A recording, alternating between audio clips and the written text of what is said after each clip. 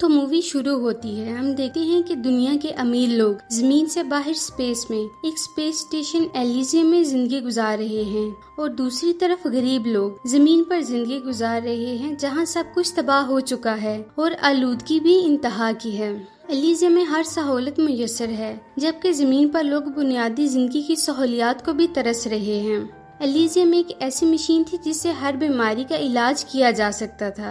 इसके साथ साथ वो इंसानी जिस्म के किसी भी पार्ट को रीग्रो कर सकती थी और इंसानी उम्र को भी रोक सकती थी। ये मशीन एलिजियम के सभी लोगों के पास थी। ये स्पेस स्टेशन एक ही आदमी ने बनाया था। फिर हम एक बच्चे मैक्स को देखते हैं जो कि ख्वाब देखता है कि बड़ा होने पर वो अपने दोस्त को लेकर एलिजियम जाएगा, पर बड़ा होने पर वो चोरियां करने लगता है और पुलिस उसे पकड़ लेती है। मैक्स जमानत पर छूट जाता है और एक कंपनी में काम करना शुरू कर देता है। ये कंपनी एलिजियम के ऑनर की होती है जो एलिजियम के लिए हथियार और रोबोट बनाता है। एक दिन मैक्स काम पर जाता है तो पुलिस उसे स्कैन करती है। रोबोट पुलिस उसे बहुत मारती है और उसे जख्मी कर देती है। फिर वो ट्रीटमेंट के लिए हॉस्पिटल जाता है तो उसे वहाँ वही लड़की मिलती है जिससे उसने बचपन में दोस्ती की थी, जो कि अब एक नर्स थी। बहुत अरसे मिलने के बाद वो उसे कॉफी की ऑफर करता है लेकिन उसकी फ्रेंड मना कर देती है और उसके हाथ पर पट्टी करके चली जाती है। जमीन पर जितने भी काम थे वो रोबोट सर अंजाम दे रहे थे। एलिजियम में गरीब लोगों को आने की आजादी नहीं थी। अगर कोई गलती से वहां आ भी जाता तो उसे शूट कर दिया जाता। जमीन पर काफी लोग बीमार थे जो एलिजियम जाना चाहते थे क्योंकि एलिजियम में वो मशीन थी जिसे इस्तेमाल करके वो ठीक होना चाहते थे। स्पाइडर नाम का एक आदमी था जो अपना स्पेसशिप एलिजियम भेजता था, वो भी खुफिया तौर पर। स्पाइडर 3 स्पेसशिप एलिजियम भेजता है। जैसे ही वो शिप चलते हैं तो एलिजियम के डिफेंस सेक्टर को खबर पहुंच जाती है। वो ऑर्डर करता है कि इन शिप्स को तबाह कर दिया जाए। 3 में से 2 शिप्स तो मिसाइल से तबाह कर दिए जाते हैं लेकिन एक शिप एलिजियम में लैंड करने में कामयाब हो जाता है।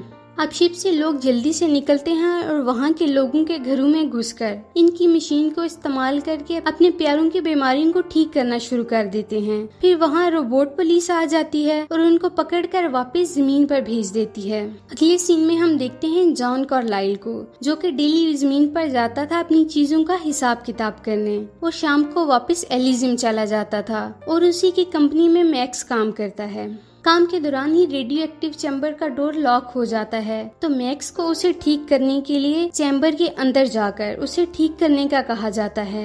मैक्स न चाहते हुए भी अंदर चला जाता है और चैम्बर का डोर अंदर से लॉक हो जाता है और रेडियो एक्टिव प्रोसेस शुरू हो जाता है। मैक्स बुरी तरह से रेडिएशन का शिकार हो जाता है। लोग बाहर से डोर खोलने की कोशिश करते हैं और मैक्स को बाहर निकालते हैं। रोबोट उसे स्कैन करते हैं और उसे बताते हैं कि वो 5 दिन के अंदर मर जाएगा। वो गमज़दा हालत में घर जाता है तो रास्ते में उसे एक दोस्त मिलता है जो उसे बताता है कि मैं एक बंदे को जानता हूँ जो एलिजियम जाने का रास्ता जानता है। हम उस बंदे की मदद लेकर उसकी शिप से एलिजियम जाएंगे और उस मशीन का इस्तेमाल करेंगे जो लोगों की बीमारियों को ठीक करती है। अगले ही दिन मैक्स और उसका दोस्त स्पाइडर के पास जाते हैं जो एलिजियम पर अपना शिप लेकर जाया करता है, लेकिन वो उनको ले जाने के लिए तैयार नहीं होता क्योंकि मैक्स की उस आदमी से पुरानी दुश्मनी है। लेकिन बाद में मैक्स के अंदर एक डिवाइस फिट करता है जिससे वो कुछ बेहतर हो जाता है। दूसरी तरफ जॉन कार्लाइल एलिजियम का प्रेसिडेंट जमीन पर आता है अपनी कंपनी को मॉनिटर करने के लिए। फिर वो वापस एलिजियम की तरफ निकलता है। मैक्स और उसकी टीम जॉन की शिप पर अटैक करते हैं और जॉन को गोली मार देते हैं। अब मैक्स जल्दी से जॉन के दिमाग से सारा डाटा अपनी न्यूरल सिस्टम में डाउनलोड करता है। कॉपी करने के बाद वो समझ आता है कि सब इंफॉर्मेशन इनक्रिप्टेड है। अब एजेंट और मैक्स की टीम के दरमियान झगड़ा होता है और मैक्स के दोस्त को मार देते हैं। अब मैक्स वहाँ से भाग जाता है और अपनी बचपन की दोस्त के घर जाकर छुपता है। अब वो देखता है कि इस लड़की की एक बेटी भी है जो बीमार है और उसका वाहिद इलाज एलिजियम की वो मशीन है जिससे सब बीमारियों का इलाज किया जाता है। वो मैक्स को कहती है कि वो किसी तरह मेरी बेटी को एलिजियम ले जाए और मेरी बेटी को ठीक कर लाए। मैक्स उसकी मदद नहीं कर सकता और वहाँ से निकल जाता है क्योंकि इसके पीछे एजेंट लगा था। उसे उसकी लास्ट लोकेशन का पता चल जाता है। फिर एजेंट उसकी फ्रेंड के घर आता है और उससे मैक्स के बारे में पूछता है। जवाब ना मिलने पर वो उन दोनों को किडनैप कर लेता है। वो उनकी मदद से मैक्स तक पहुंचना चाहता था। मैक्स अब स्पाइडर के पास आता है जिसने उसे एलिजियम के सारे कोड्स के बारे में बताया था। अब वो मैक्स के दिमाग को अपने कंप्यूटर से कांटेक्ट करके देखता है कि अगर इस प्रोग्राम में जमीन के सारे लोगों की इंफॉर्मेशन डालकर एलिजियम में इंस्टॉल किया जाए तो क्या सारे लोग एलिजियम का हिस्सा बन सकते हैं।